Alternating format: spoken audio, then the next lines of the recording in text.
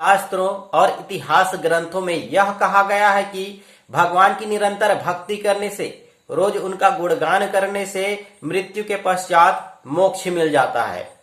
लेकिन ऋषि जड़ भरत जी के साथ ऐसा नहीं हुआ। ऋषि जड़ भरत जी जो है भगवान की निरंतर भक्ति करते थे, वे निष्पाप ऋषि थे। उनकी एक गलती के कारण उनका मोक्ष रुक गया और उनको दोबारा जन्म लेना पड़ा, वो भी हिरण की योनि में, पशु योनि में। दोस्तों, कहा जाता है कि मृत्यु का समय अत्यंत ही महत्वपूर्ण होता है।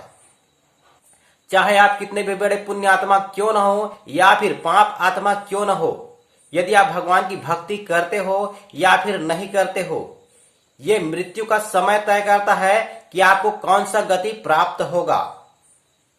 दोस्तों, मृत्यु का समय अत्यंत ही महत्वपूर्ण होता है। यदि मृत्यु के समय में आपका ध्यान परमात्मा के सिवा कहीं इधर उधर हुआ, अपने रिश्ते नाते के मोह माया में पड़ा, तो आपका मोक्ष रुक जाएगा। यदि कोई भगवान का बहुत बड़ा भक्त है और मृत्यु के समय वह परमात्मा को ध्यान लगाने के बजाय उनका ध्यान कहीं इधर उधर है, तो उनका मोक्ष रुक जाएगा, उनकी गति रुक जाएगी और अधोगति को प्राप्त होगा।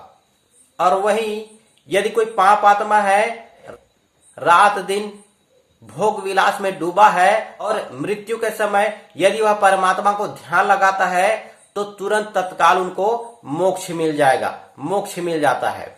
इतना बड़ा महत्व है मृत्यु के समय का। जीवन में चाहे कितने भी बड़े पाप क्यों न किए हो, मृत्यु के समय को इंसान को ध्यान में रखना चाहिए।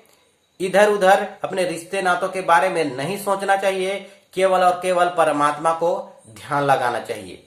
ऋषि जड़ भरत जी यह गलती किए।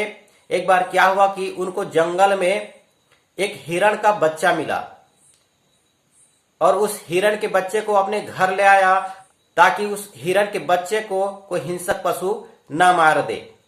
उस हिरण के बच्चे से ऋषि जड़ भरत जी को स्नेह हो गया था, प्रेम हो गया था। बहुत स्नेह करते थे उस हिरण के बच्चे को। ऋषि जड़ भरत जी जो है भगवान के बहुत बड़े भक्त थे, निष्पाप ऋषि थे। उनको मोक्ष मिलने ही वाला था। जब उनका मृत्यु का समय निकट आया, मृत्यु होने ही वाला था, मृत्यु के समय उनका ध्यान उस हिरण के बच्चे पर था। इसीलिए ऋषि जड़ भरत जी का दोबारा जन्म हुआ और उसी हिरण की योनि में। दोस्तों, जीवन में आप कितने भी पुण्य या फिर कितने भी पाप क्यों न किए हो, इस मृत्यु के समय को अवश्य ध्यान में रखना चाहिए। यह मृत्यु का समय ही इंसान की सदगति या फिर अधोगति को तय करता है। मृत्यु के समय केवल और केवल परमात्मा को ही ध्यान लगाना चाहिए, न कि आपका ध्यान अपने रिश्ते नातों में अटका रहे। दोस्तों, आज का वीडियो यहीं पर समाप्त करता हूँ। यदि आपको मेरा वीडियो पसंद आया होगा तो लाइक और सब्सक्राइब जरूर कीजिएगा। धन्यवाद। जय शिव शंकर।